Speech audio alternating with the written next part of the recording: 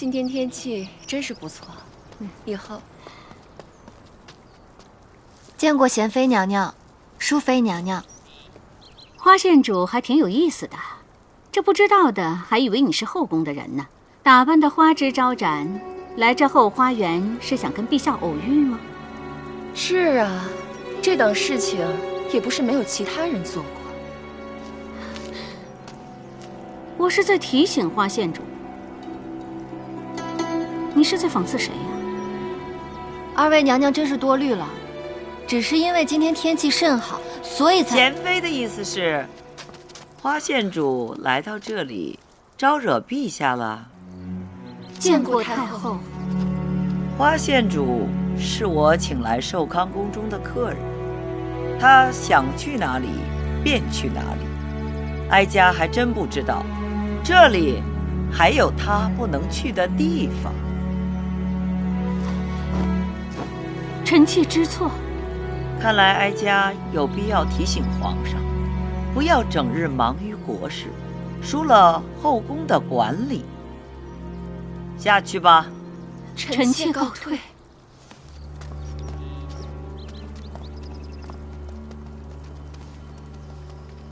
太后，你不要介意他们说些什么。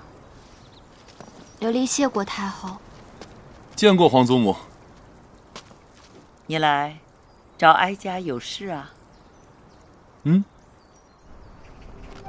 孙儿想与您单独好好说说话，竟然一时间不知道您到底是谁的皇祖母。哀家只是替你们长看一下花县主，何错之有啊？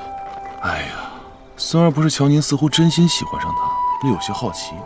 皇祖母素来能看背阴处的血竟还有这般厚，花县主这般，孙儿看不透。也只有这里才能留下脚印吧。是看不透，还是故意不看透？孙儿不太明白。讨人欢喜，不易做到。且不论其是否有意取中，但观其目中之清澈，便知其人之本心。有些无意之举，可窥其待人之诚。孩童天真无邪，都愿与其息息相伴。以哀家之见啊，璞玉一块，浑然天成。太子殿下找哀家，就是想谈花县主之事。皇祖母慧眼如炬。孙儿此前与花县主有些误会，因此想借机会与花县主和解。怕是醉翁之意不在酒吧？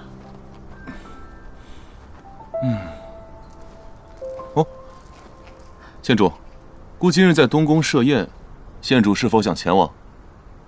臣女身子不好，怕扫了太子殿下的兴致。有烤肉。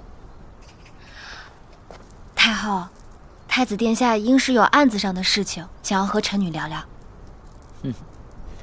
悉听尊便。丹姐在。谢皇祖母。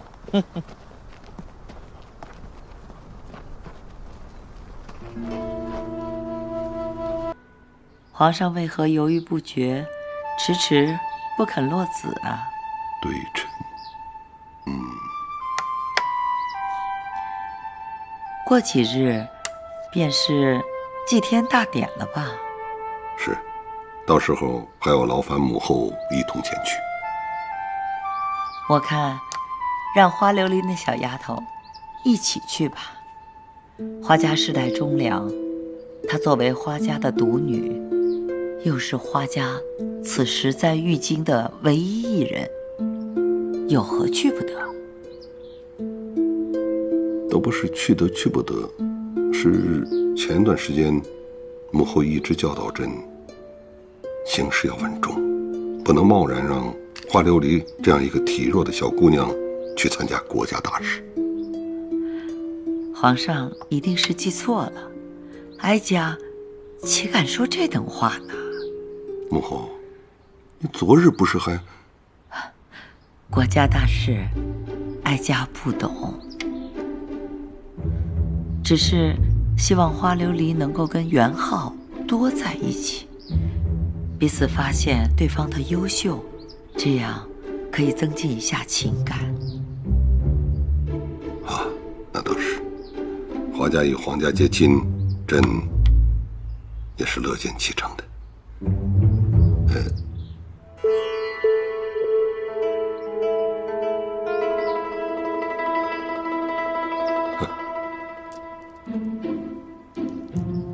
母后这般棋艺，朕是输定了。动作快一些，今日可是祭天大典，出了差错，你们谁也担当不起，听见了没？是。你们两个去这边，是。你们两个去那边，是。你们两个跟我来，速度快。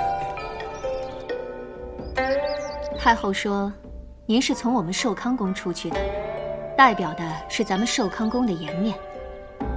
衣裳嘛，太后为您选了。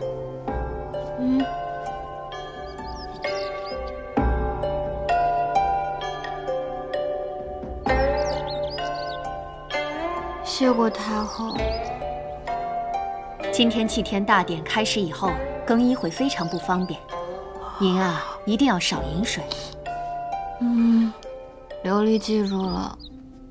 太后还说了，虽然是祭天大典，但是花县主体弱，要做好准备。请您拿上这些，以备不时之需。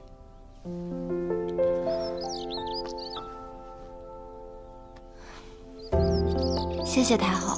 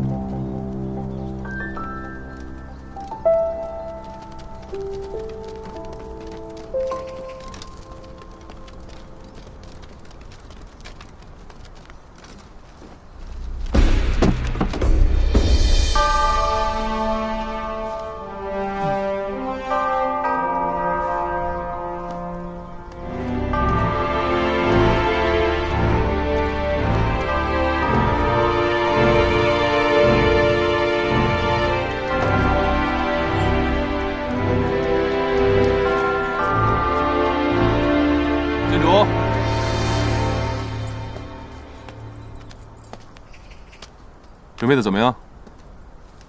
殿下，你怎么今日穿得如此单薄啊？有吗？手镯给你。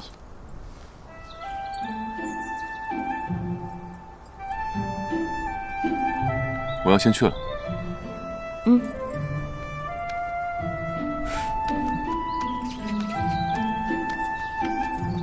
花琉璃，不是我说，怎么在哪儿都能看见你？郡主好，我们还真是有缘分呢。我是真的一点都不想碰见你。那没办法了，日后我们可能要常常相见呢。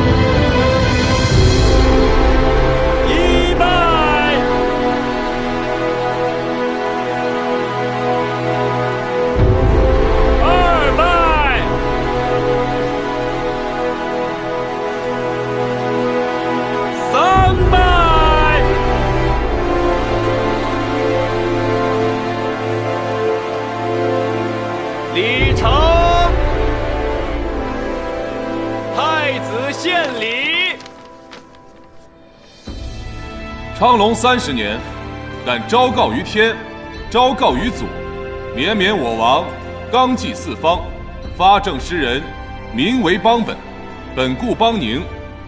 吾将为天地立心，太子殿下正经起来，还挺像回事儿啊。朝朝日月，天地可见。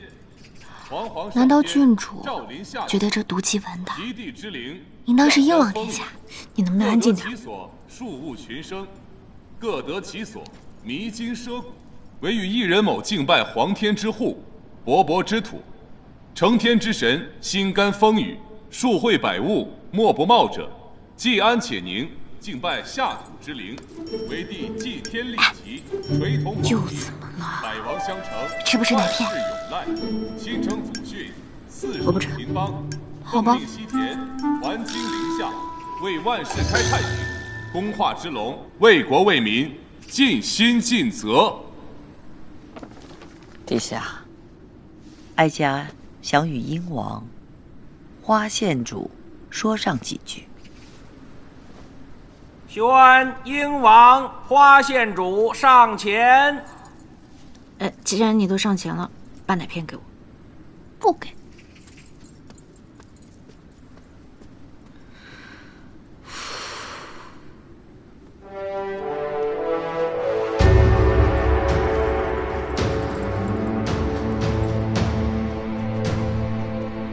晋国大捷，太子殿下，花家功不可没。奶片给你。万国朝会，自是彰显我晋国之国威。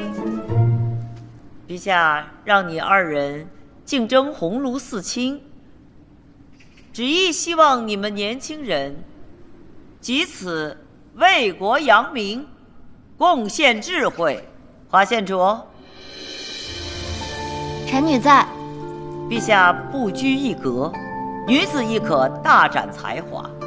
你母亲魏将军征战沙场，为国效力，此乃一国之栋梁。哀家希望你能够承袭花家之英勇，步入花家之盛名，你可做到否？臣女可以做到。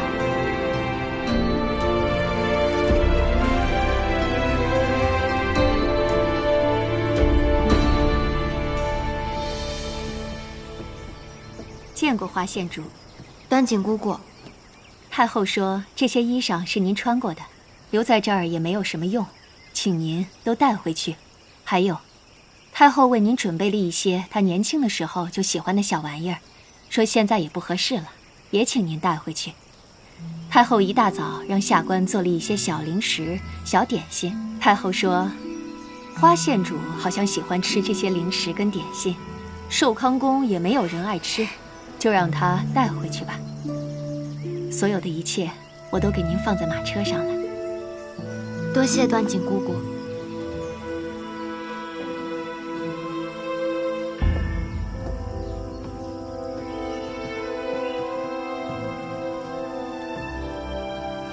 太后，琉璃要回家了，您要保重身体，琉璃会再来看您的。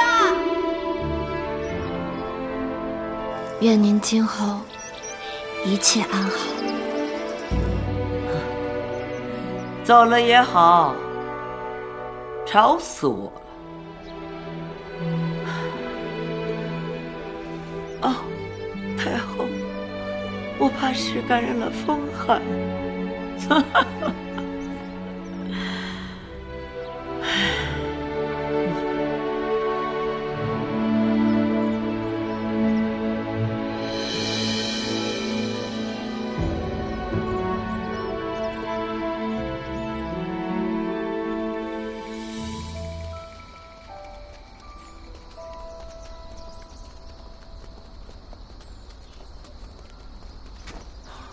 小姐，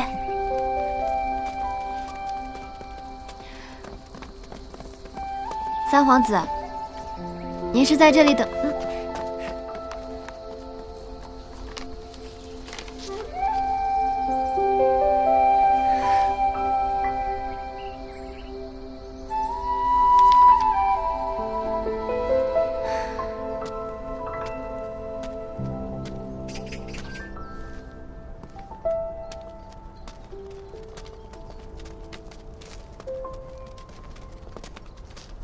哦，太子殿下，县主。您也是来送臣女的吗？主要是想感谢花县主那日对姑的关照。经过那日起，县主在姑心目中的形象高大起来了。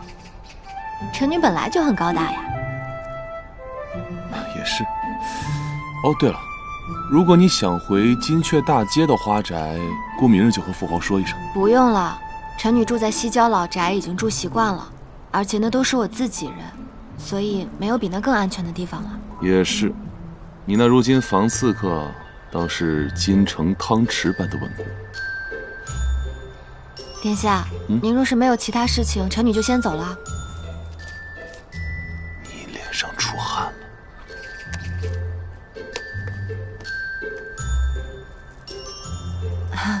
太子殿下，您也别多想，臣女就是洗白。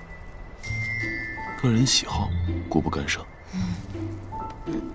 那，臣女就先走了。哦，谢谢。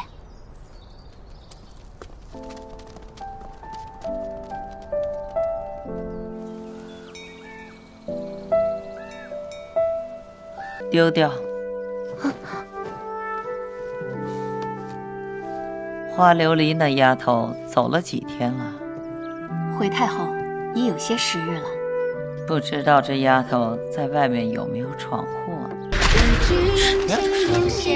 慢点儿，英王殿下来这儿了？不是，是花琉璃，我不过是跟着花琉璃身后来的，凑巧碰到他罢了。大婶，英王殿下干嘛呢？我哪知道啊！我还以为这次有施粥的好事呢，结果搞什么龙井帮助农，还让我掏钱买个大冬瓜送给英王画，谁要啊？就是，好了好了，给我说好，快！花琉璃，敏敏，别跑了。那就这么定了。一言为定，花县主。这些东西本郡主全要了。哎呦，郡主大驾光临呐！你怎么又在这儿？郡主好，真是处处都能见到郡主呢。郡主啊，实在是抱歉，这些货呀，花县主已经全部都买下了。什么？郡主也是来买这些东西的。那琉璃是可以把这些东西让给您的，我只是看这些东西积压着怪可惜的，所以就买了。但买回去，怕也是烂了的命数呢。不用了，既然你已经出嫁了，那你就都买回家吧。那好吧，方正，那就按咱们定好的啊。好，没问题。我一会儿就让宋叔过来拉货。好，好，好，等下我就去准备。至于英王殿下的这些话，不如琉璃就把它送给姐姐吧。谁稀罕呢？花县主，带您去看个货去。走走走。姐姐再见。不是你这是干嘛呀？既然你爹和我爹都是支持英王，那这就是我们分内的事情。这都抱走，都抱走，都。好，走。好了好了，快点。我听我爹说，英王这几日情况不好啊，整个人都萎靡了。萎靡了？百姓不买账他的画像之举吧？花琉璃又将百姓的瓜果蔬菜都买了回去，那两相对比之下，大家都觉得英王还不如去施粥呢。现在全都一边倒的在夸花琉璃，英王殿下都好几日未曾出门了。你呀，都是花琉璃的错。妈呀，疼死我了！哎呀，你别着急，等会儿，你听我说。说。你要是烦他那矫揉造作的模样，现在去找他也没用。他不就是画本里那种阴险小人吗？有的是办法气你。那你说怎么办嘛？你先想想，你是为谁而战？为英勇的自己而战。当然也可以。依照我的画本经验呢，现在有2种方法。第一种，你现在正关心的男子，要是因为这女子受伤，现在就是你趁虚而入的好机会。另一种呢？另一种嘛，在我们晋国如今的画本中还比较少出现。我只看过一本，名叫《西域传》，说的呢是2个彼此恨着的女子，到情同手足的好姐妹。我跟花琉璃怎么可能啊？哎，敏敏，燕王殿下，你快起来，你还没有输。本王怎么可能就这般认输？本王只是想不明白，什么叫授人以鱼啊？那花县主把所有人的瓜果买光了，那叫授人以渔啊！那还不是因为花琉璃在收买人心？本来应该是我收买的，结果他倒成好人。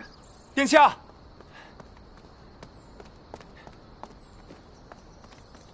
朱御史派人来说，花县主似乎准备在西郊那条老街开店。开店？我们也开。本郡主有的是钱，就开在他们对面。他们开什么我们就开什么，我们要跟他们正面竞争，让他再也没有偷奸耍滑的机会。燕王殿下，你要记住你当初是为何竞选鸿胪寺卿。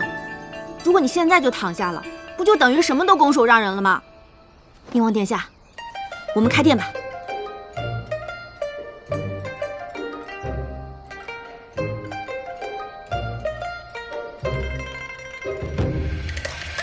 春风四季，写成歌万里，青山绿水依然不提你。选址吧，什么都不做，还是真的输了。不，快走啦，走。你是我天意安排，心所向，回眸一笑，朝思暮想。公子你且慢下来，听我讲，早已将你放在心上。演一场天意安排，花满堂，接着一段就先鸳鸯。再往上面点。就让我抚琴此生为你歌唱。演一场天意安排，花满堂，接着一段就先鸳鸯。就让我抚琴此生为你歌唱。松下马劲儿啊！一定要把对面比下去。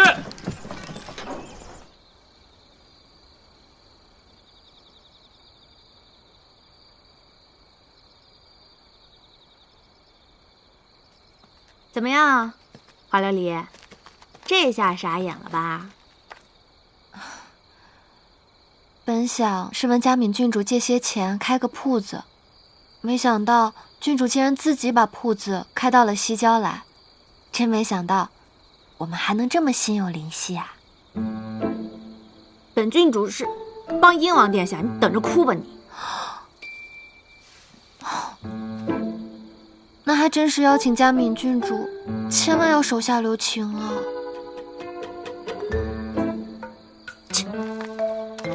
走。小姐，你看看他们的店，再看看我们的店，你还笑得出来啊？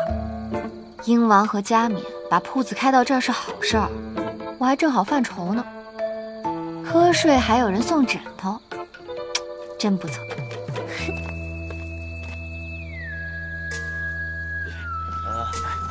好，快点啊！哎，好嘞。来，给你，放这儿吧。小心啊！好。上到那个地方。哎呀！哟，小姐，冻死我了！夫子呀，这不是狗尾巴还是鸳鸯什么的？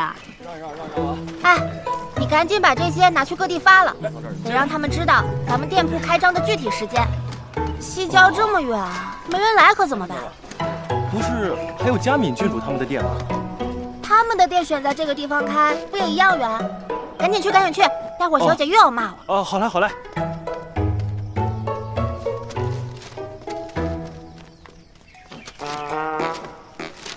免费车马，免费品尝。小红，小姐有何吩咐？快。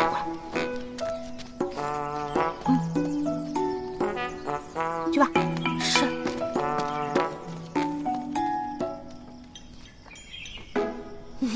招供了啊！嘉敏郡主招供了啊！都有，别着急，都有啊！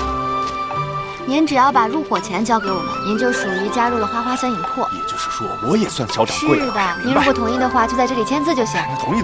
来，这比给人做工强多了呀。是真好。好啊，谢谢。来，给您。下一位。你们这个到底怎么？您看啊，只要您把入伙钱交给我们。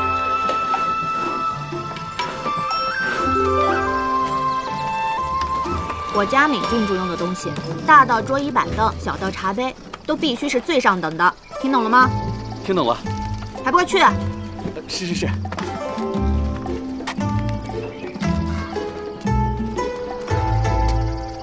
小姐，这个眼睛画得好好啊，厉害吧？太好了，等下这旗子就能挂上了。我觉得这里还可以加点颜色，可爱。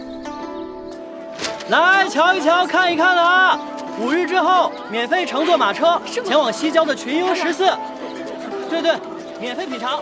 哎，你看掉了。免费乘坐马车前往西郊的群英14。西郊群英14，这什么呀？这是对，免费品尝。拿好了啊！反正都一起了，一起去吧，免费品尝。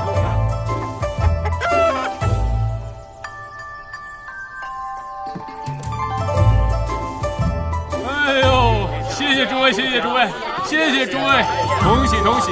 谢谢诸位，谢谢诸位啊！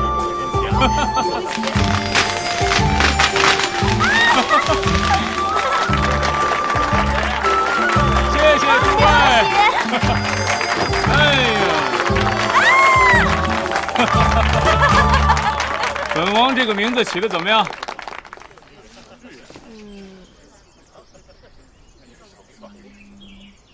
阳草14，这个名字起的气势恢宏，笔走龙蛇，十分应景。郡主啊，本王起的是群英14。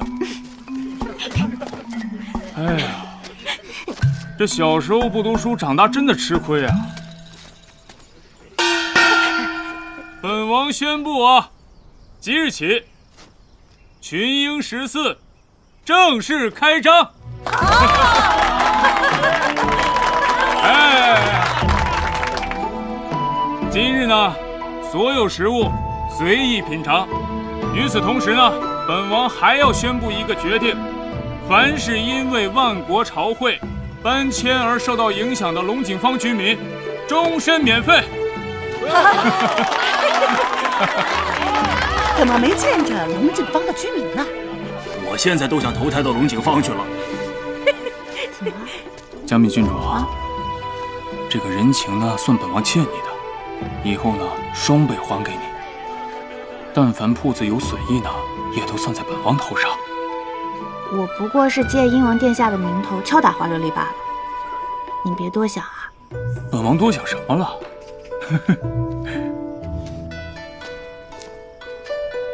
不是说英王殿下和花县主要许婚吗？这嘉敏郡主，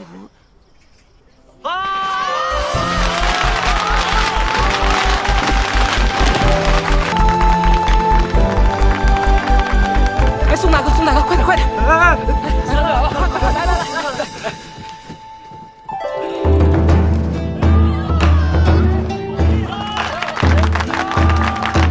快，来！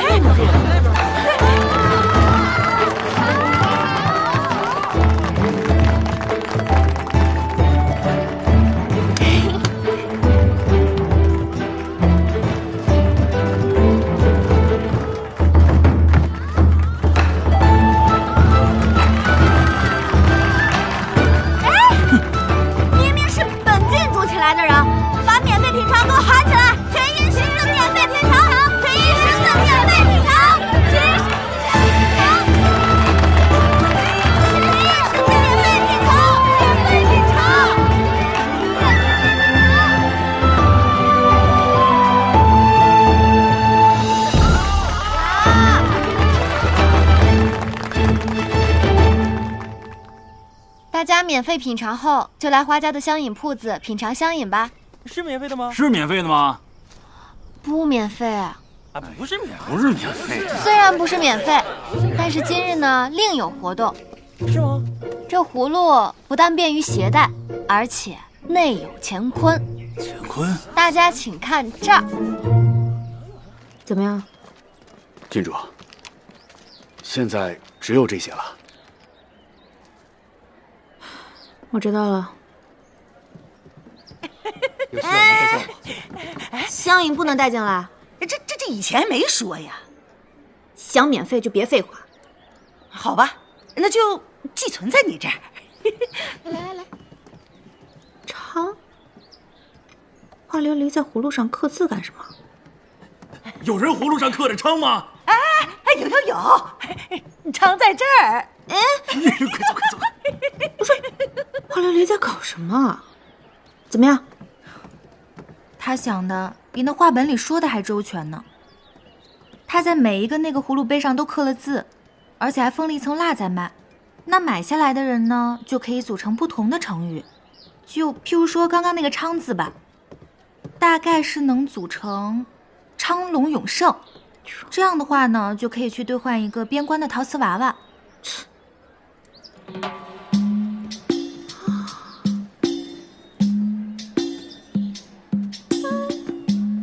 好可爱呀！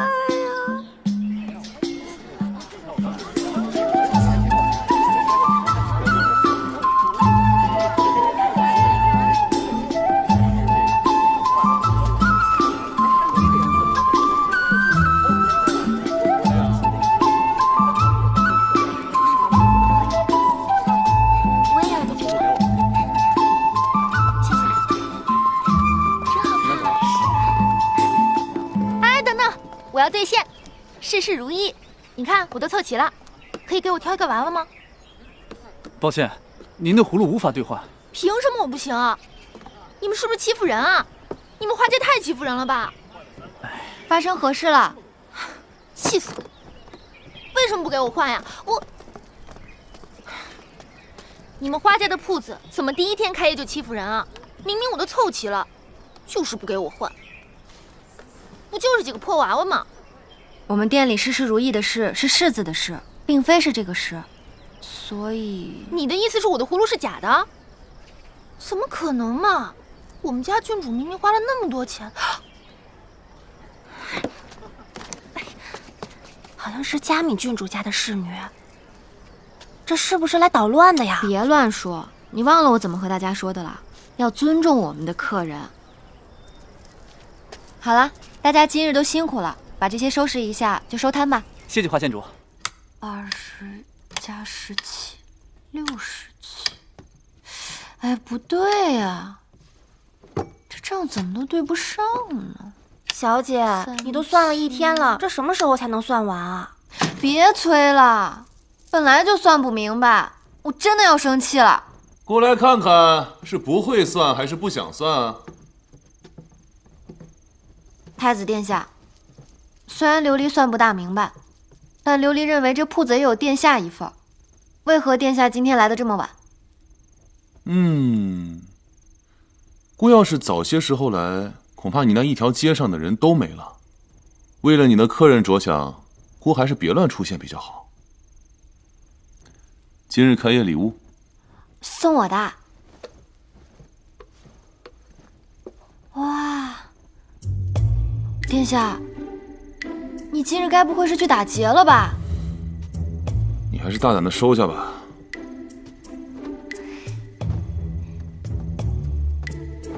谢谢殿下。殿下，这些都是我今日做的，你可以品尝一下。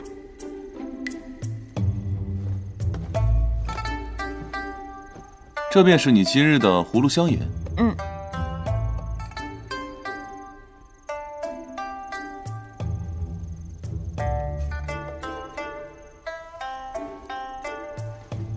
怎么样，好喝吧？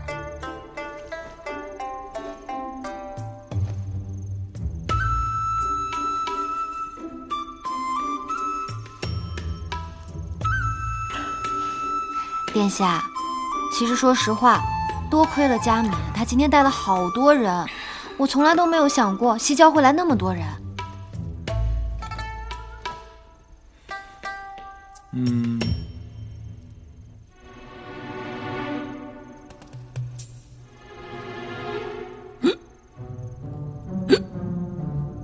殿下，你怎么了？殿下。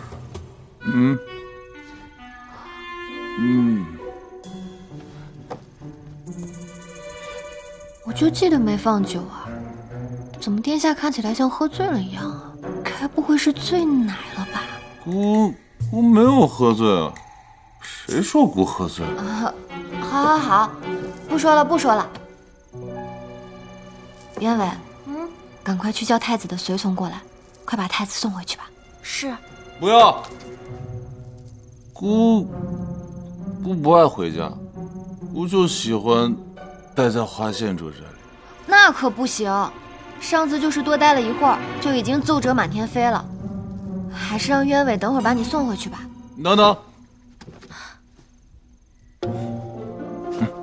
哎，殿下。花花，姑不想回去，姑就是想和县主待在一起。殿下，臣女还要准备明天开业的事宜呢，臣女送你回去吧。哎呀，走了。不要，走了。不要。太子殿下还有这个样子，他要是醒了的话，不会把我杀人灭口吧？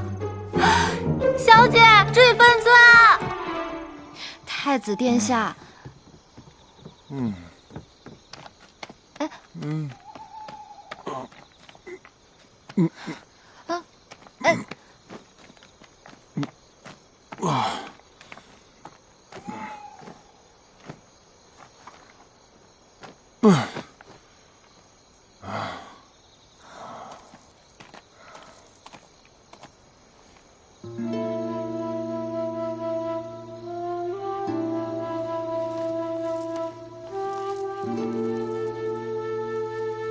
太子殿下，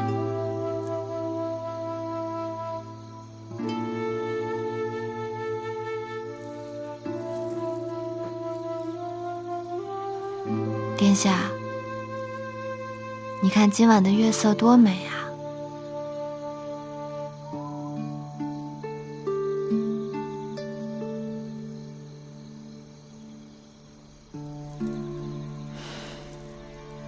其实我不是真的想当鸿胪司卿。如今的朝野上下风绝云诡，错节盘根。爹爹和我说要将心比心，可是我只是想保护好花家的人。花家为晋国付出了这么多，实在是不该是如此的待遇。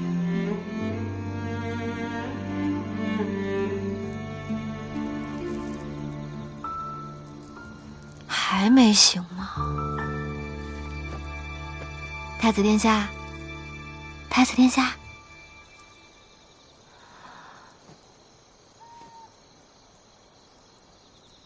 太子殿下这样还蛮可爱的嘛。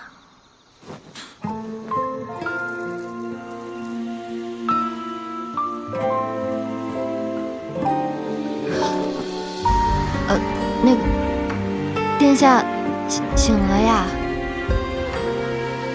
那个，姑先回去了。那个，殿下，我送你回去吧。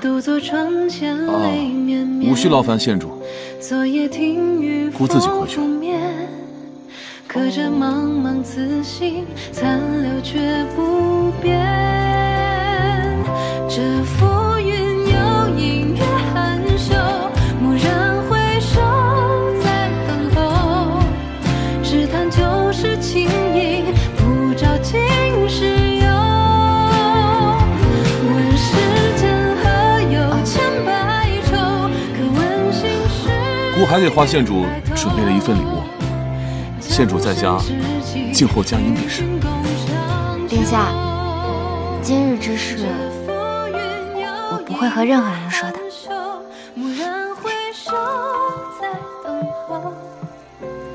江山之际，与君共茶酒。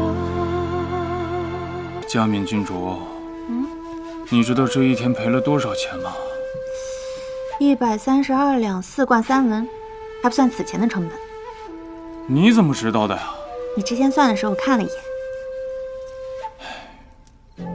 这一天就赔了这么多钱，以后可怎么办？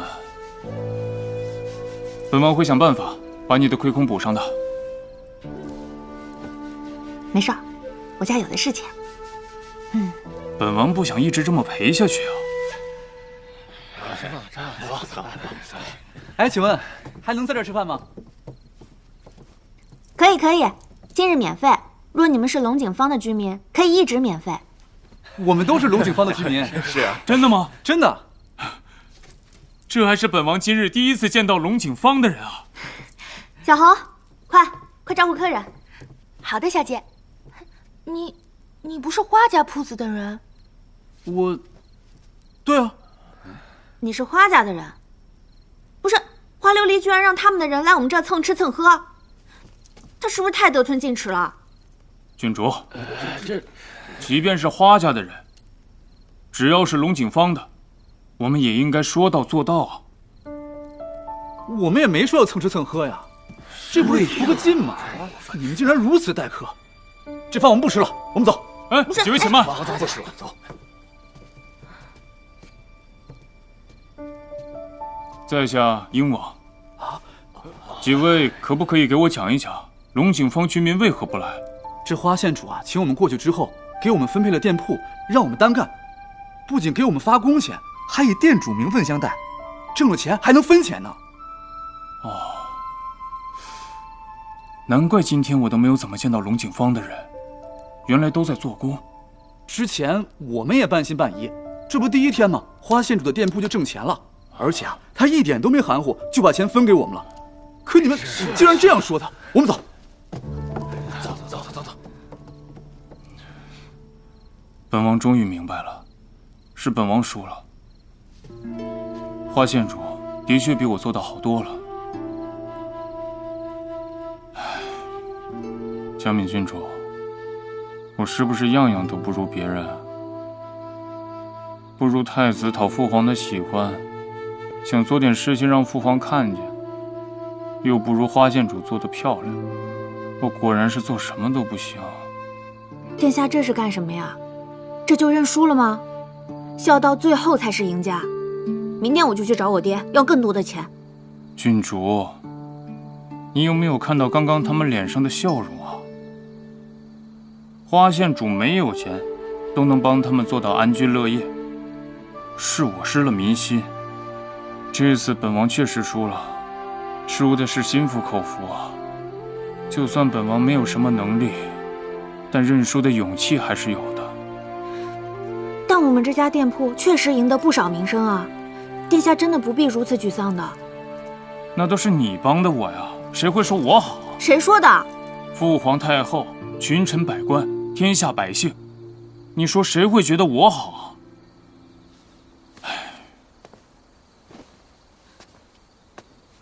我觉得你好。佳敏郡主，你就别安慰我了。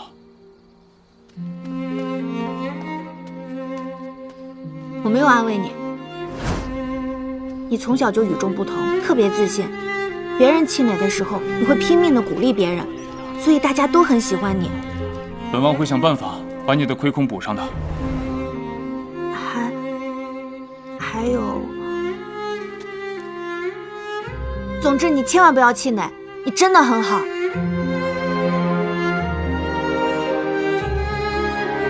佳敏郡主，你也很好，因为你能看到本王身上的闪光点，说明你眼光真的很好。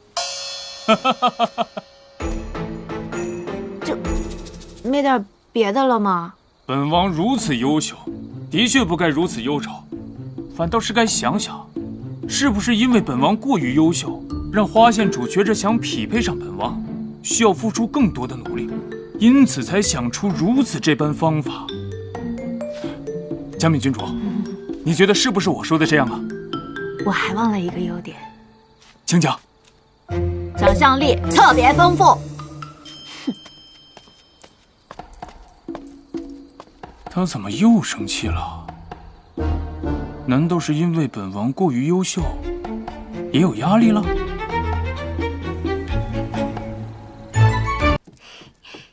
小姐，今日的小吃街又热闹了不少，尤其是我们香饮铺子，队伍排老长了。真的？这么厉害啊！我还听闻云寒在金陵院当众饮了我们的香饮，所以大家都来了。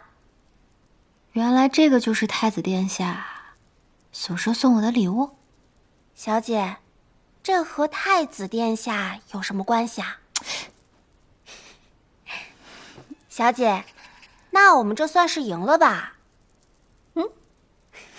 花县主何在？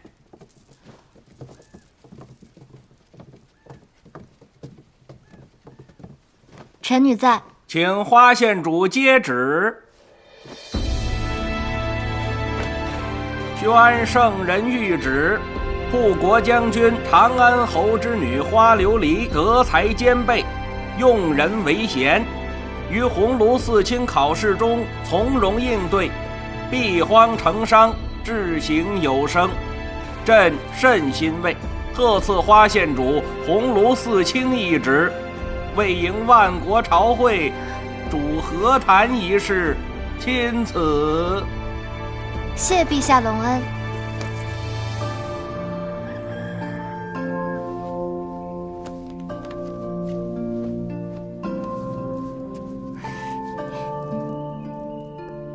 小姐，你这身官服可真好看。快走，快点，小姐，要上朝了。走。撤。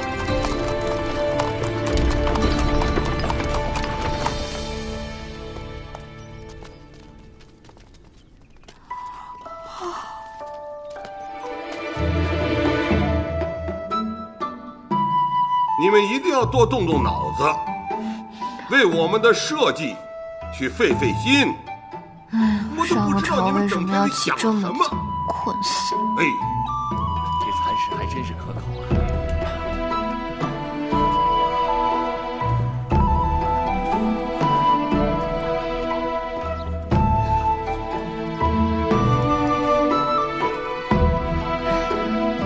谢谢公公。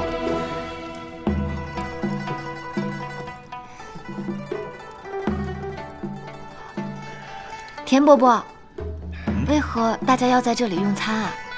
此乃我国君主仁慈，念文武百官上朝辛苦，故特设此餐。那为何田伯伯的餐食和琉璃的不一样啊？我乃堂堂正三品官员，与你这小小的鸿胪四卿自是有所不同啊。是这样啊。那看来朱伯伯的官也不大嘛。田大人，您觉得下官参奏一本《鸿胪四卿廊下招时大事仪态》，拜请陛下扣除整个月月俸，如何呀？赵总管，花县主，所谓何事？朱大人今日未动一块，臣女猜想这餐食应是不符合他的胃口，你帮他收起来吧。花大人，你太子殿下到。太子殿下。哟，这不是我们鸿胪四卿大人吗？初次上朝，感觉如何？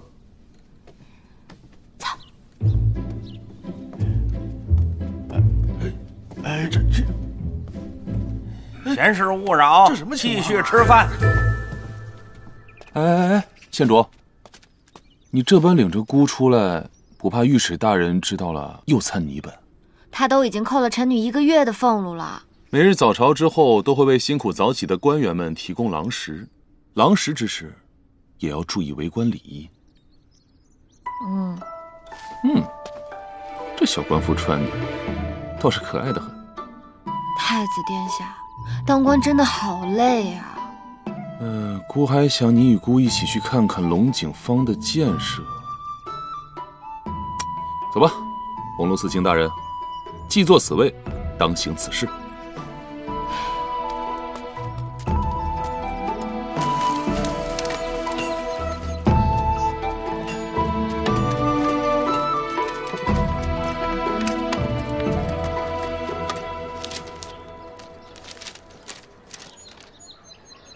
让工部的人过来一趟。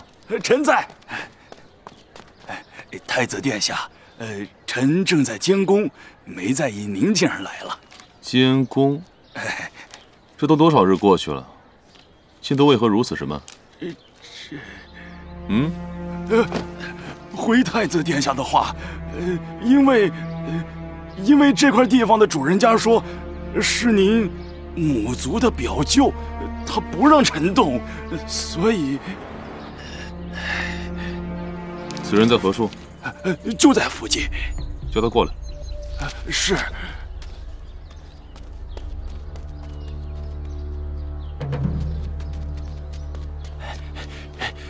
见过太子殿下。你算是姑的表舅？正是正是。哎呀，难得殿下还记得在下。是姑平日里对你们太仁慈了吗？姑怎么不记得小时候见过你这等不长眼的货色？殿下，您是不是贵人多忘事啊？5岁的时候，5岁的时候怎么了？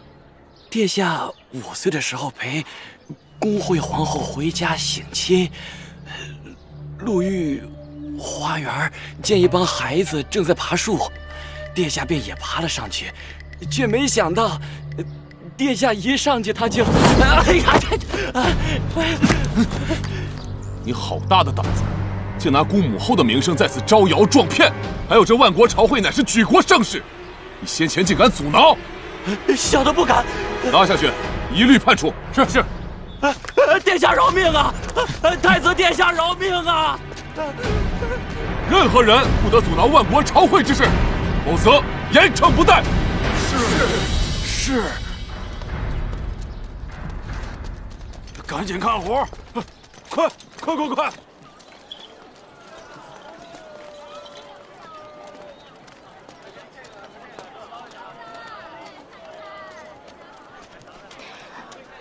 太子殿下，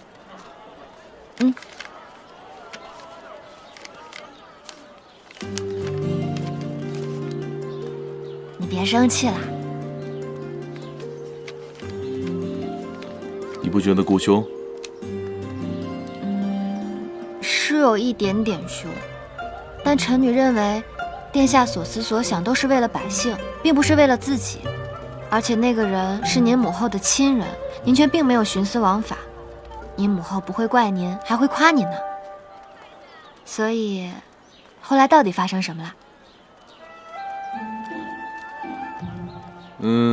当时姑刚过去要爬，便有一个小孩从树上摔了下来，姑顺手接住了他而已。那个时候殿下5岁，殿下不是说自己小的时候身体不好吗？姑小时候跟你一样，身体好过一段时间。可是那5岁……哎，对了，如今上朝这般远，该是早上没睡饱吧？倒是苦了你了。你若想回金阙大街，龙井坊是臣女将来要当值的地方，而且离西郊很近的，臣女想走着去。也好，姑去龙井坊监察，顺便还可以看看花县主。太子，快走！这哪是看见太子殿下，分明是看见鬼了呀！姑还是别去比较好。让他开心一下吧。殿下，要不然你跟臣女回家吧，臣女正好有东西要给你。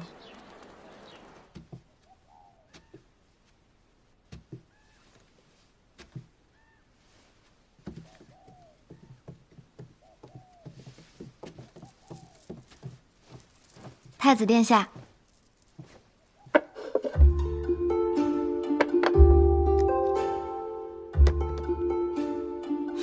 这是何物？太子可曾记得，那日在东宫有个空盒子？你说它叫雪苏山，可是姑拿到手之后，找来找去找不到山在哪里，而只有一个盒子。这雪苏山定是来的路上化掉了。化了？等有机会，臣女再给殿下做一次。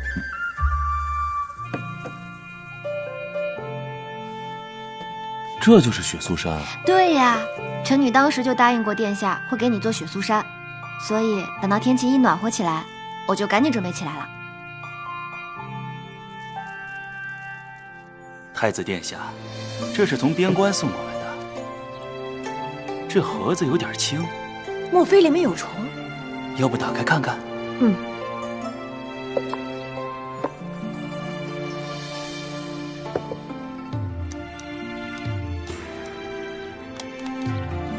啥也没有啊。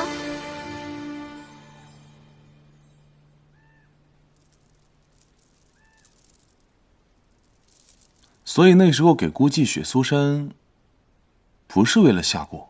臣女给太子殿下寄的每样物品，都不是为了吓太子殿下。难道臣女把你吓到啦？怎么可能？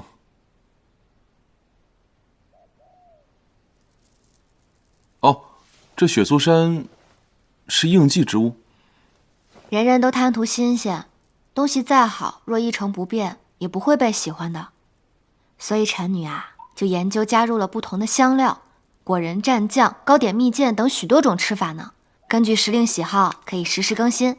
这个是事事如意，我可是特意为殿下做的呢，用的是冬日里存下的柿子现熬的酱。殿下尝尝。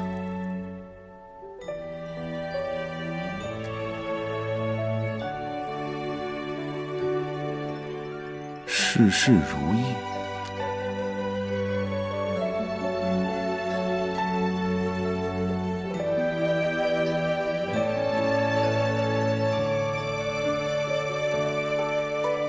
殿下若是有时间，臣女还想拜托您带回给太后还有三皇子殿下都送去尝尝鲜。而且啊，我还想，如果可以的话，我还想给铺子里的百姓们都尝尝。我觉得这个以后没准会提高我们店里的。怎么了？哎，这里面放了牛乳，我特意加的。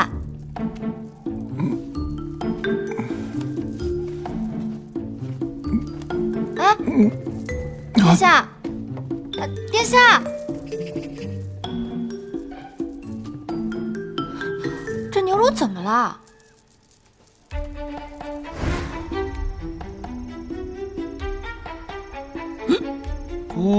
我没有喝醉啊。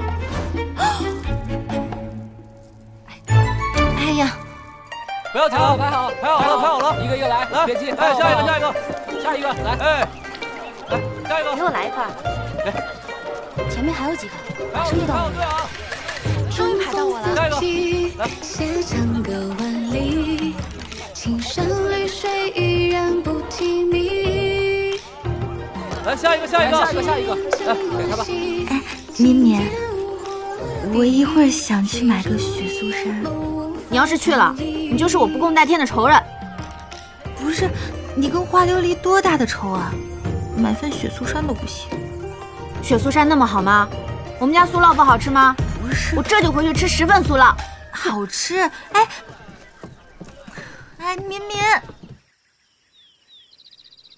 托三殿下的福，臣女用了三殿下的画做旗帜，效用极佳。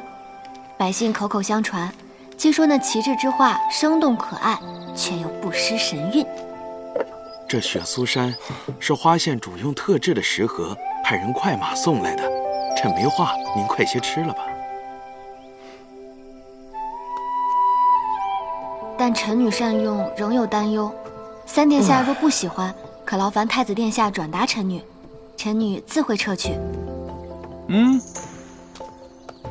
三弟，又画画了？这是花琉璃，画工精妙，可爱至极。怎么了？喜欢。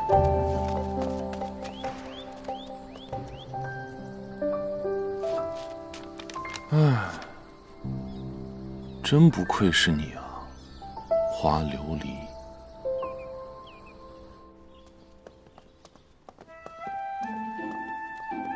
郡主，这西蓝色呀是西南染坊新染出的色，只做了2条裙子。这一条呀送进了宫里，献给了娴妃娘娘。这另外1条啊，便送到了咱们府上。您看，这条裙子多配您最喜欢的这个镯子呀。就这个吧。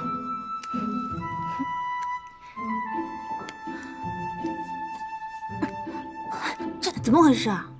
这镯子是不是最近牛乳喝多了，庆祝长身体啦？长身体？你才长身体呢！我全浴巾最瘦。郡主，您使劲儿啊！使了呀！郡主，你想找花县主？什么？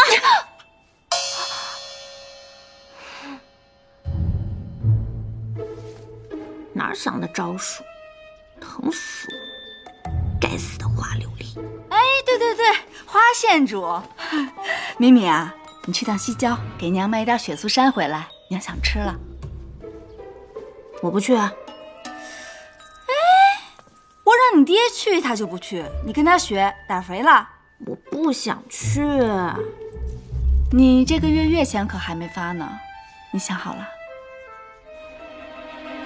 去就去。